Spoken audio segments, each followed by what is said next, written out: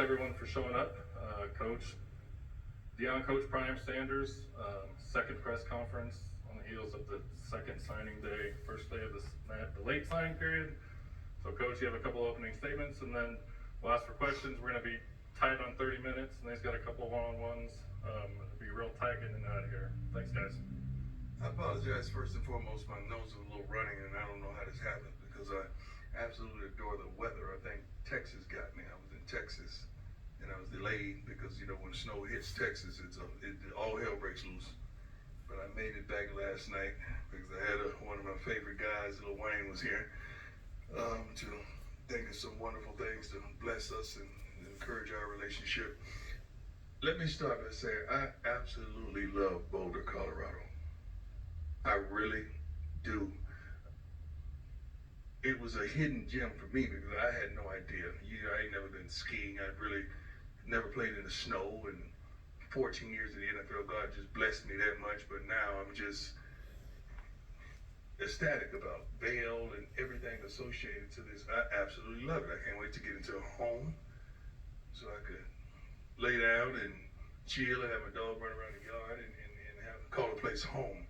But this is unbelievable. I had no idea. And I thank you for you welcoming me. You're making me feel pleasant. Welcome my family, my kids, everybody, our new signees, the whole football team, staff, coaches, everyone that we brought. You have made them feel impeccably good. Now let's get to the nitty gritty. Recruiting staff recruited over 150 schools, putting this magnificent class together. In December, in 5 days, the staff recruited 9 states ahead of the early signing period on the 15th. In January, in 10 days, the staff visited 19 states. Junior Day this past weekend was phenomenal. When I tell you that I could still see some of the parents' faces and the kids and how excited they were when they walked around the complex, when they got to sit down with the coaches, when they articulated their dream and their vision with me. And we're going to have some commits that you're going to hear later on about that 24 class. But it was a phenomenal day. I mean, 67 recruits from 24, 25, 26, and 27 over 2 days. Recruits visited from 15 states, and they balled. I'm sure some of you done reports on them, 3 and 4 stars, even though I don't give a darn about a star. These kids can flat out play, and they are who we think they are. Signing class newcomers, 42 new scholarship players to date, which is incredible. 29 are already enrolled in the spring. 6 new walk-ons. 1 played for me in high school, and I can't wait to see how he comes about. He's phenomenal. There are 35 newcomers on the spring football roster. 6 spring walk-ons, 47 newcomers in 2023 to date. Newcomers from 16 different states and 2 countries, which is awesome. 16 states is the most in CU's history. 13 in way back in '78 when I had hair, a lot of hair, full head of hair. 18 different territories. That sounds really good. Good job. I mean, it sounds really good. You did a great job on it. Great job. Can you give me a clap? Good job. You're making the stuff sound incredible. Okay? I like it. Almost 14 in 1978. This is the first season since '78 that the most players didn't come from California, Colorado, or Texas. Florida is in the lead with 7 players, and I plan on doubling that. I love my Florida boys. I know what they're going to give me. I know who they are. I know how they was raised. And we have tremendous relationships bringing those kids from Florida. Once they realize it ain't that cold, it's going to be all good for my Florida boys. Class of most signees for Florida, 7, and Georgia, 4 in CU history. Class rankings, they said, guess what number we are ranked? 21. God is something else, isn't it? 21 ranking overall, best in 15 seasons. Number 4 ranking for transfers, easily the best in CU's history, only the second in the top 40. With Kamani and Trav, first time CU signed 2 5-star players in the same class, same position, by the way, and both of them are dogs. I can't wait to see them play together. 7 other 4-star recruits in this class, the most 4-star recruits in the class in CU history, and 9 4 5-star recruits in the program best. CU is the only school in 2023 to sign a 5-star recruit from high school and the transfer portal, which is phenomenal. Okay, the other topics: black and gold day. Spring football games, we start practice March 19th. 4 practices that week. We're going to be off the following week due to spring break. I really hate practicing then having spring break because they forget every darn thing you taught them. Okay, then the game is part of a Black and Gold Day on April 22nd that kicks off at 1 p.m. Now, to coaching staff. Between the 10 position coaches and 5 analysts, those 15 coaches, 5 have served as head coaches previously, combined 244 years, 75 at Power 5 level, and 52 as offensive defensive coordinator, which is awesome. Been a part of 49 10-win seasons. That means these guys know what they're doing. Okay? They told me to stay away from a couple things, but I would stay away from those, and the rest is on you. That was awesome. All right, we'll open up for questions, and for your first question, please introduce yourself to Coach again. Okay, kind of shy away from names. I'm not familiar with everyone's name. All the players' names, I'm not going to pretend I am. I will give them nicknames when it's appropriate, and I will call them by their names. So we got names on the back of their shirts right now, but I'm not familiar with every kid, just to help you out. And I'm not being disrespectful, I'm just being honest. Adam Munster-Tiger from 24/7 Sports. This is one name I think you're familiar with, Dylan Edwards. He mentioned that you've known him since he was very little. The fact that he was your first 2023 high school commit, and the fact you've known him so long, did that kind of make that a little extra special? Yes, it made it special because I had a tremendous relationship with his parents. Coach Andre Hart, a linebacker coach, Coach Kevin Mathis, who coached with me from youth all the way up. We've coached that kid since he was, I think, 5 or 6 years old. So, and his siblings. It's a special bond, special tie with the family, and we have the utmost respect for them that they would feel like we're capable of really helping to mature that young man into a full-grown man and help him accomplish his dreams and visions and the things that he desires in life. So just knowing them, and they know how we run a program, they know who we are because we've been doing it consistently ever since he was a kid. That's special. Dylan is a special kid. Hey, Coach Prime, Pat Grant from the Associated Press. Thanks for doing this. Just curious, with all the new people coming in, all the new players coming in, how easy or how hard is it to integrate everything in spring practice? Well, it's not easy. It's not that simplistic, but we have a great staff. I really feel like we have a tremendous staff. We have a track record that has notably won.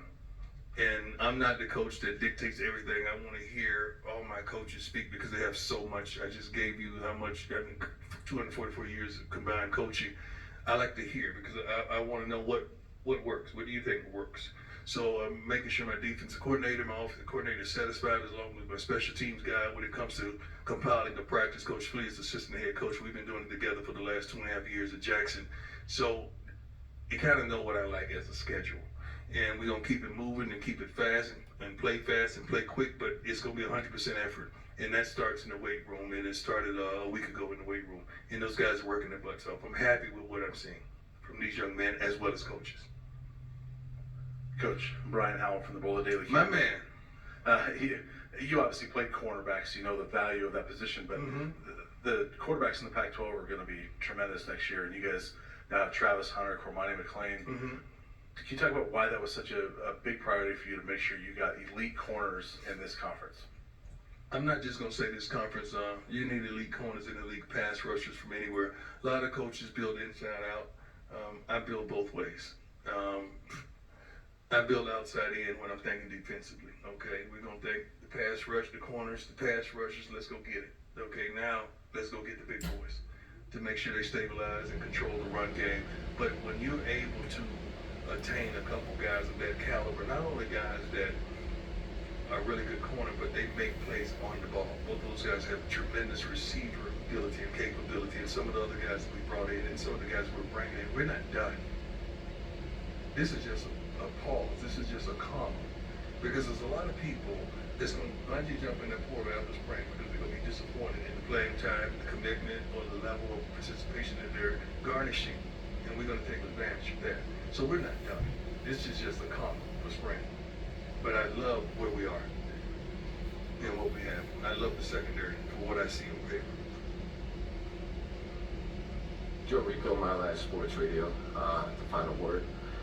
How often do you players, ask you to reflect on your experiences in the game? Obviously, you're a Hall of Fame corner at the college and pro level.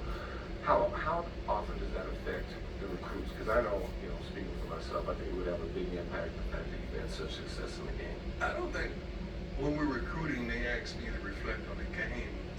They ask me to reflect on life. And they ask real, true questions. You got to understand, the kid is a young child. He don't remember me. I'm an old school guy. I'm old, The parents do. So the parents are finding the consistency of the way I maintain life, and the way I maintain myself, and the consistency thereof. So more so than anything, we're not just connecting about football. We're connecting about life and navigating that kid through life. Because if most of you've been to college, shoot, from 17 to 21, that's a lot happens. And you don't have a proper navigation system, you're going to find yourself on the side of the road, distraught and sad and hurt. And for us to be able to be there for those kids, but to keep them from going the wrong way or taking a left when they should have stayed right, that's tremendous. And that's who we are, and that's what we're about. The game will take care of itself if they got the skill level. But the game of life don't play. It plays for keeps. Yeah. Right here, Mark Kisela, Denver Post. This program's gone from, in my opinion, Hold on, my AD just walked in. Everybody sit up. Everybody sit up right there. How you doing, sir? Yeah, I'm behaving. I'm doing pretty good today. Yes, sir, I'm sorry. No worries. That's the boss. So, this program's gone from an afterthought, in my opinion, to you put the "we come in" X on its chest. Mm-hmm. How much do you embrace that? How much do players embrace that? And how much is attitude? I don't know what an X on your chest means. The last man I know that was Malcolm. I don't know what that means. I mean, that's who we are. That's how we move. That's how we go about our business. And I'm coming comes from Constance Schwartz over there, Coach Ray, Rick. I was sitting in a restaurant in Jackson, and God said, now. I picked up the phone, I called Constance, I called Ray, I said, please get Rick on the phone. Rick got on the phone, and I said, I'm coming.